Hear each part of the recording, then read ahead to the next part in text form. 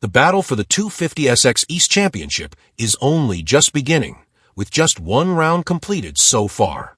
Max Anstey, the winner of last weekend's season opener, enters Detroit with the red plate on his number 31 Yamaha YZ250F, carrying the momentum from his strong performance in Tampa. However, his closest rival from the opening round, Daxton Bennick, who finished second, will be absent this weekend after suffering a concussion in a practice crash earlier this week. To add to his misfortune, Bennick was docked 5 championship points for jumping on the red cross flag in Tampa, though his absence from today's race makes that penalty less significant. Instead, it is Cameron McAdoo, who secured third place last weekend, who now finds himself in second place in the championship standings as we head into round 2. The 450SX Championship is experiencing a wave of injuries that has dramatically changed the landscape of the season.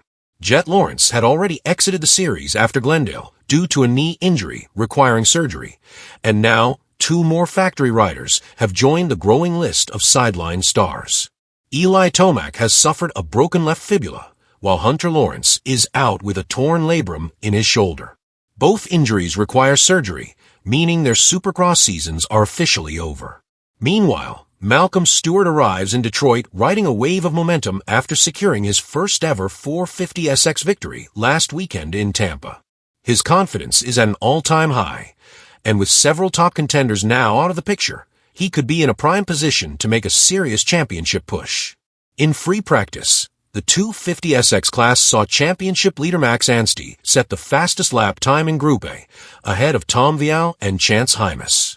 Anstey and Vial were the only 2 riders to clock sub-50-second lap times, showing just how quick and technical today's track is shaping up to be.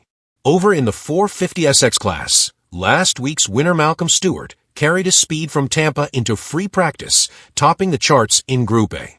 He was one of 6 riders to go under the 50-second mark, signaling that today's race will be a high-speed battle with shorter lap times compared to last weekend.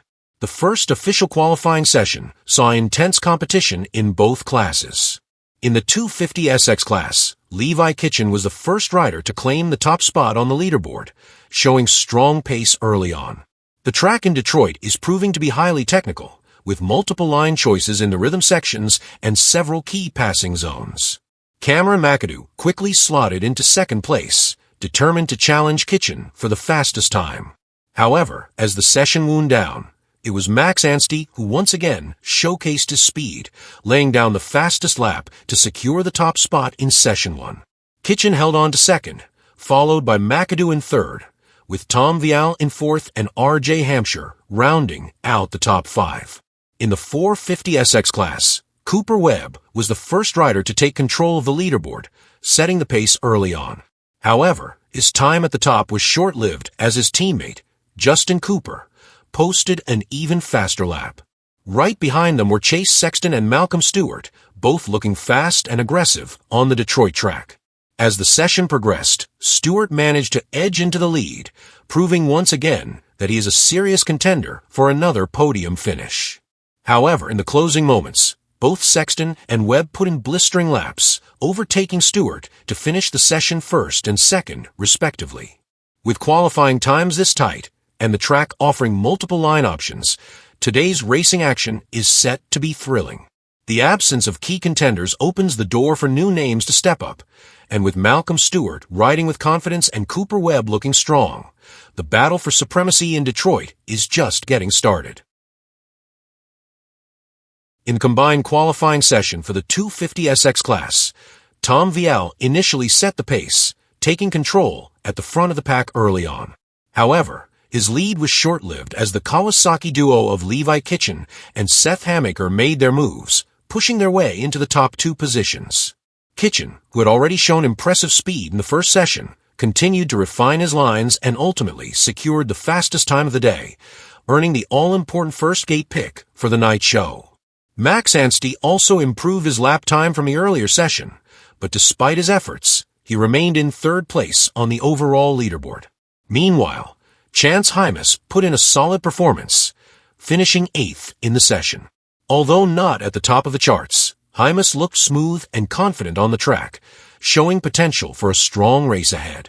With a field stacked with talent and the track offering multiple passing opportunities, the 250SX class is shaping up for an exciting night of racing. Chase Sexton wasted no time asserting himself during the practice start, launching out of the gate to claim the hole shot. However, despite his strong start, he wasn't the first to set the fastest time of the session. Instead, it was Cooper Webb who initially climbed to the top of the leaderboard, laying down an impressive lap that put him in provisional first place. Webb's time held strong for a while, but soon, Ken Roczen found his rhythm on the track and managed to edge past him, taking over the top position with a faster lap. As the session progressed and riders continued to push the limits, Sexton regrouped and found an extra burst of speed in the final moments.